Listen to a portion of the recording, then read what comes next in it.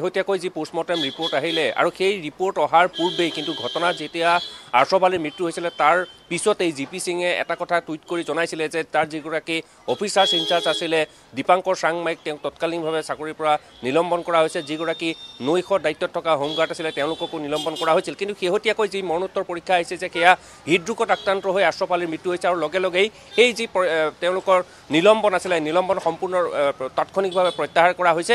আৰু সেই কথাটো এটা কথা প্ৰমাণ কৰিছে যে আৰক্ষীৰ ক্ষেত্ৰত যদি আৰক্ষী দোষী হয় তেতিয়াহ'লে কিন্তু আৰক্ষীৰ উচ্চ বিষয়াই তেওঁলোকক কঠোৰৰ পৰা কঠোৰতম শাস্তিও দিব পাৰে। কিন্তু গোটেই ঘটনাটোৰ অন্য এটা প্ৰক্ৰিয়ালৈ লৈ যোৱা হ'ল।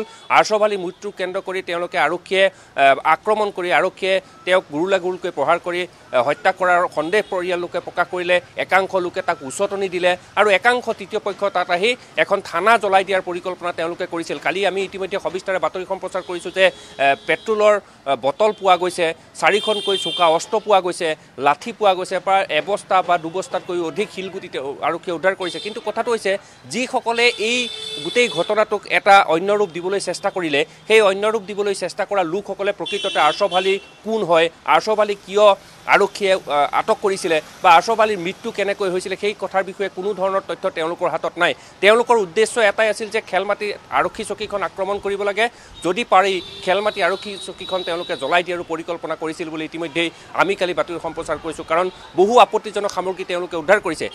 যোৱা নিশা লখিমপুৰ আৰক্ষীৰ এটা বৃহৎ দলে চানমাৰী, হাৰমতি আদি বিভিন্ন অঞ্চলৰ পৰা 13টাকৈ অপৰাধীক আৰক্ষীয়ে ইতিমধ্যে আটক কৰিছে।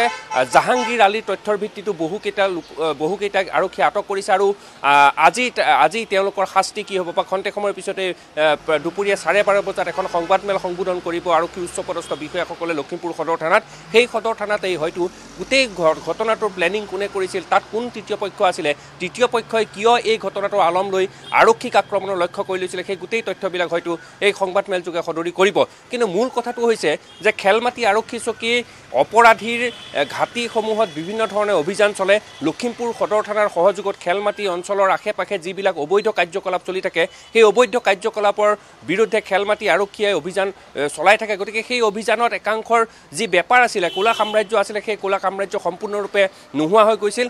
বিগত 2 মাহ বা 3 মাহত যদি চাওঁ যে কেইবাটাও অপৰাধীক আৰক্ষীয়ে জেল হাজতলৈ প্ৰেৰণ কৰিছে, সেই ক্ষোভ এই অপৰাধীসকলৰ মনত আছিলে আৰু সেই তৃতীয় পক্ষই ইয়াৰে সুযোগ ল'লে, সুযোগ লৈ থানা আক্ৰমণ কৰিলে আৰু এনেদৰে এটা পৰিস্থিতি ভয়াৱহ পৰিস্থিতিৰ ফাললৈ তেওঁলোকে লৈ গ'ল।